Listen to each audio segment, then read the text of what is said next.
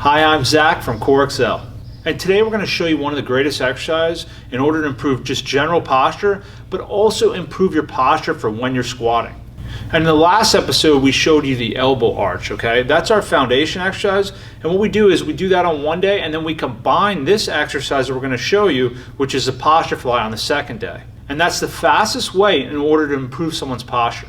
Now, it's not going to be a one-day fix, like I say in the title, but I can tell you from experience, I've tried numerous of different posture exercises with my athletes, and these two combined is the fastest way to improve someone's posture. And now we're going to show you a testimonial from one of our athletes that we fixed with shoulder pain and poor posture.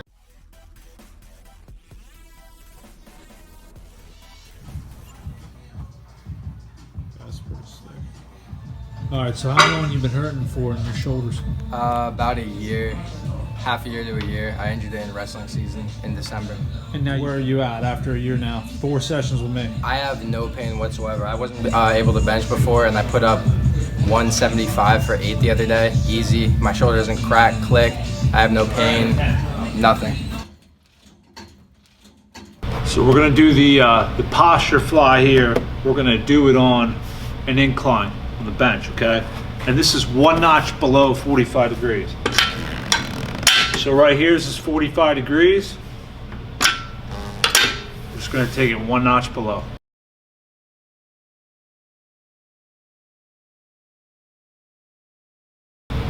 So when you're doing this exercise, you don't want to start with much weight. In fact, most kids are going to start with 1 to 2 pounds. That's it, because it's very challenging.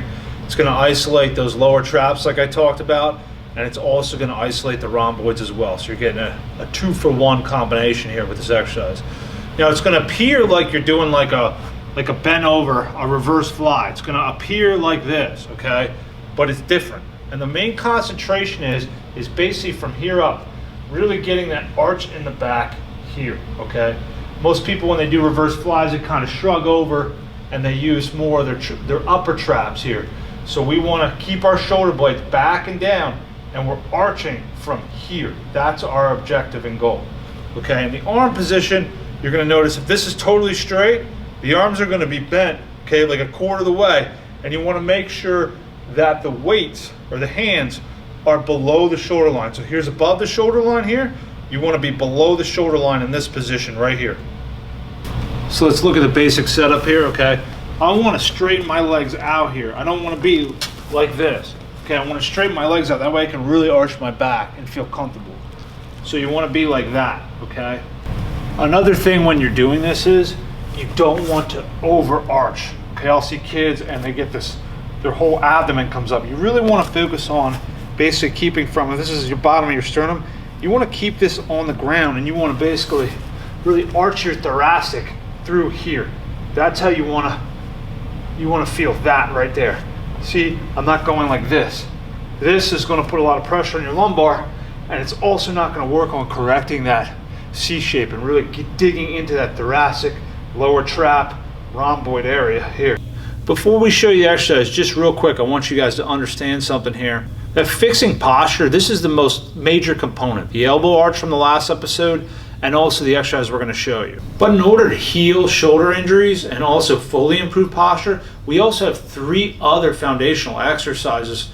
And once you master those 3 foundational exercises, there's also 3 progressions. And in this 5-part shoulder series, we're only going to be showing you 2 of the 4 shoulder exercises in our system, and also the 2 progressions with those exercises. If you want to learn our total body system, it's called Corexcell. 12 exercises to fix your entire body. 5 for the hip, 4 for the shoulder, and 3 for the core. Now, if you're just starting out with this exercise here, we're going to show you a different elbow positioning so that you're not going to shrug. A lot of people, if you go to the advanced level that I'm showing you, what's going to happen is when you come up here, you're going to have a tendency to shrug as your arms come up. So we're going to drop the arms down a little bit lower. We're going to keep our elbows more into the side. And make sure that you're not, when you come up, that you're not doing like a row, okay? This forearm is going to be rotating this way as you come up. So this keeps you from doing, if you start going up higher, so you're going to shrug here. So this keeps you shoulder blades down. Okay, and I'm rotating from my forearm. So now we're going to show you the advancement to the exercise. How do you know the athlete's ready for the advancement? Because when they go to lift their arms up a little bit higher. So the advancement is basically, instead of taking the elbows here, we're going to take it up here. We're going to keep it below the shoulder line here.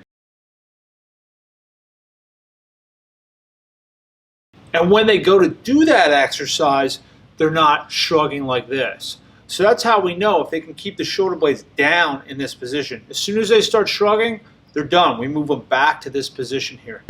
And then from there, you take that same position that I showed you, and you just come up. And right where your shoulders, right where your scaps lock, that's where you want to stop the exercise. And you will just feel that lower trap just getting lit up. The rhomboids are going to activate too, but you're not going to feel them as much. And notice how I'm not going here.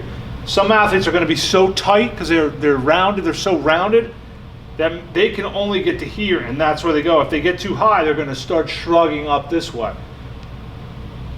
And notice how my hands are staying below the shoulder line. So as far as weight loads, as I explained, you really want to start off with a light weight. 1, 2, or 3 pounds, usually what I start athletes off with. And then you want to build up 5, 6, 7, 8 pounds. Around that range there, that's plenty. You don't need much weight with this exercise in order for it to be effective.